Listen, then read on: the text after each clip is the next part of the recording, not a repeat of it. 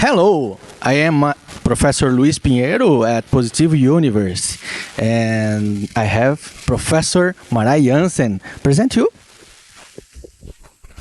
My name is Marijn Janssen. I'm a full professor in ICT and governance at Delft University of Technology. And what I like is to look at all kinds of technologies and the impact on organizations, and it always changes the governance, and the governance changes the technology. You have to look at it both. Very important in my view. Thank you, Professor. It's interesting because this theme for conference is about AI. The Positivo University is the first university in Brazil to have a robot, generative AI, as a co-professor. In your opinion, what impacts do you believe AI will have on professors in university? Well, first of all, it makes traveling much easier. When I arrived here at the airport, I didn't talk Portuguese, of course. I used translating using AI to pronounce it and to interact with the people.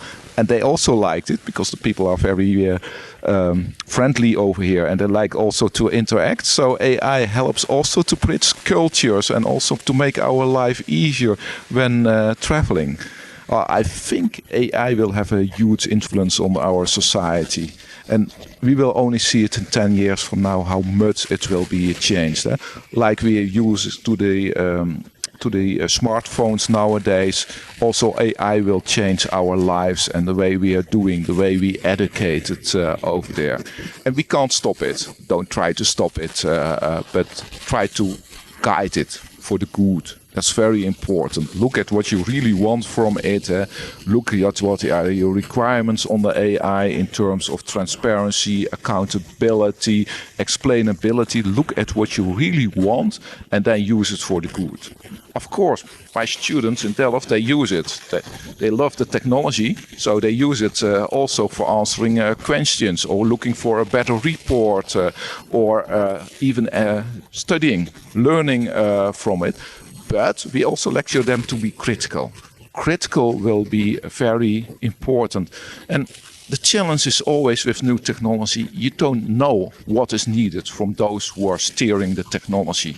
What kind of knowledge and experience is it? You only know it after some time what is needed. And it's also over here. But you can also learn from it. Try to do it very small scale, experience a little bit with that, learn from it and get better and better in it. And don't take the technology for granted, because technology will likely change. But also don't take the governance for granted, because the governance also will likely change.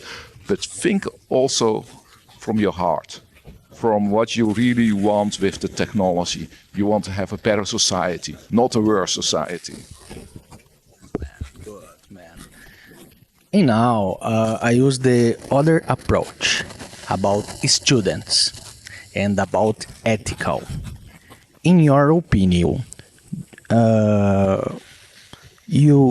how can students use AI ethically at university? Is possible?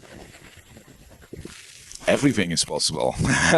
That's the easy answer to it. Yes, it's so easy to talk about the ethics, but it's so difficult to realize the ethics. And I'm an engineer by education, so I really love to realize it, and that we have ethical AI or responsible AI and do it for the good. But that is really difficult. So what we're trying to do is already guide the technology.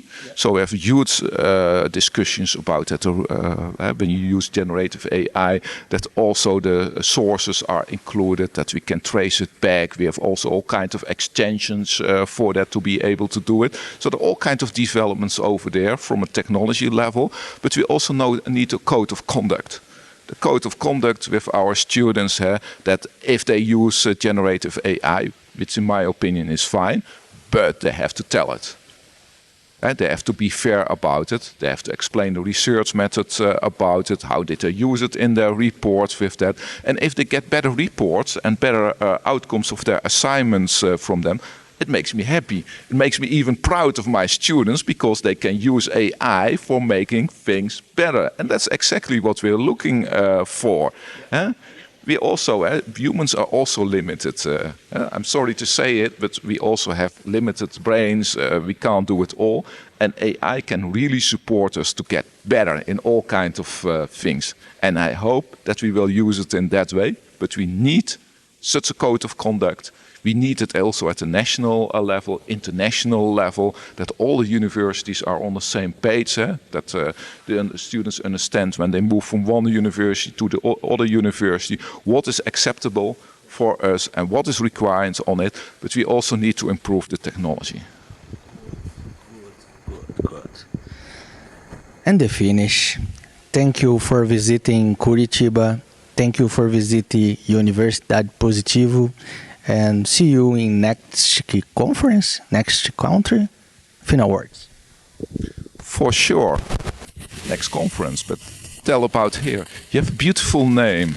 And most of people might not knew it. I didn't knew it, but they have here these very exceptional trees, and they're becoming less and less because they might be extinct, and they call Pinheiro after you. Yeah? Named after you. They're really beautiful and unique over there. Take and come a look over here at this university, but also come to the next conferences, of course, because we need to discuss a lot. We need to research a lot. There's a lot to do for the next couple of decades. I think so. Thank you for hosting us and thank you for having us here. Thank you very much.